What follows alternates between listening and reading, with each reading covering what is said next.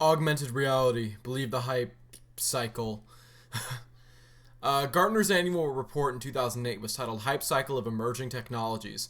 This was the first year the IT and technology research firm's annual report mentioned augmented reality, or AR for short, and Gartner estimated that AR was more than 10 years, in quotes, from mainstream adoption. In 2009, a new way for consumers to view geotagged data emerged by using the camera view of a smartphone to graphically display spatially distributed data points. Wikitude, Sakai Camera, now defunct, Lair, and Junio were the first apps to be categorized as augmented reality browsers.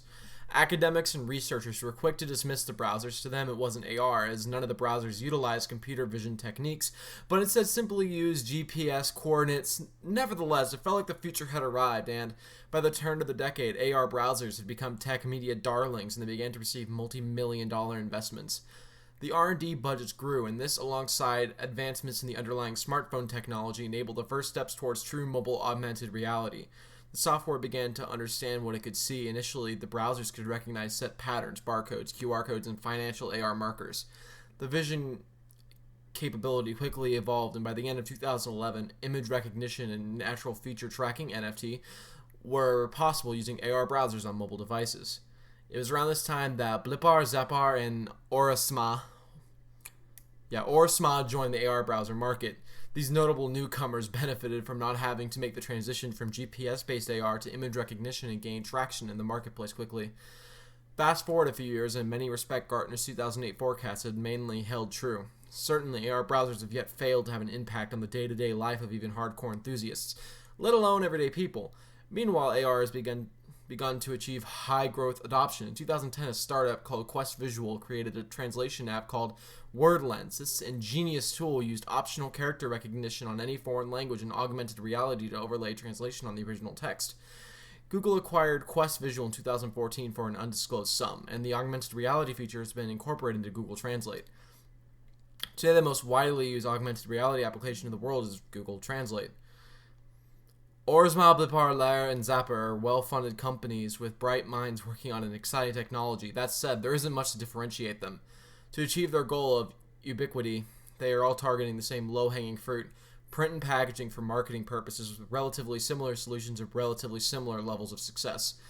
Given the similarities, though, AR browsers are walled gardens. No standard exists to allow for AR content to be interchangeable. If this were the World Wide Web, it would be the equivalent of the search engine. Bing only being accessible via Internet Explorer and Google only on Chrome, it wouldn't be a problem if they were popular. Most markets have space for several companies with a similar offer, but the user review scores on the various app stores indicate they are less popular now than ever before.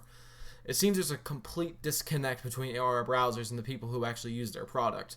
However, when AR browser spokesperson appears on TV news or at industry events, they all claim traction, measuring their success by the brands they have attracted to their platform. They also mention they've had X million downloads and quote statistics such as average dwell times of X seconds. But real success relies on going beyond the easily won deals and massaged metrics. It's fair to say that a large percentage of consumer brands have now experimented with augmented reality in some form, the majority using AR browsers. All gold rushes have a life cycle. Perhaps as evidence to the potential end of the craze in existing markets, AR browsers are currently aggressively expanding their product to newly equipped emerging markets, where they can employ the same old tactics with expectations of yielding the same results. By this reasoning, it's not a technology issue holding AR back from mainstream adoption. It's a governance issue by AR's biggest players.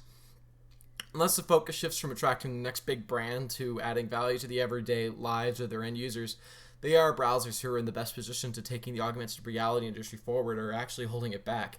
If they fail to improve the brands and businesses they depend upon, will become cautious of entrusting their content with a third party and their legion of unimpressed end users. Alright, that's it. That was the full article, but the article will be in the description. Have a wonderful day.